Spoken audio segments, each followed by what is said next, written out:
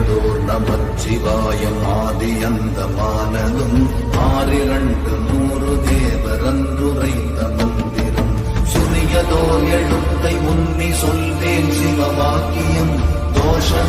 பாவமாயை தூர ஓடவே கரியதோர் முகத்தையுற்ற கற்பகத்தை கைத்தொழ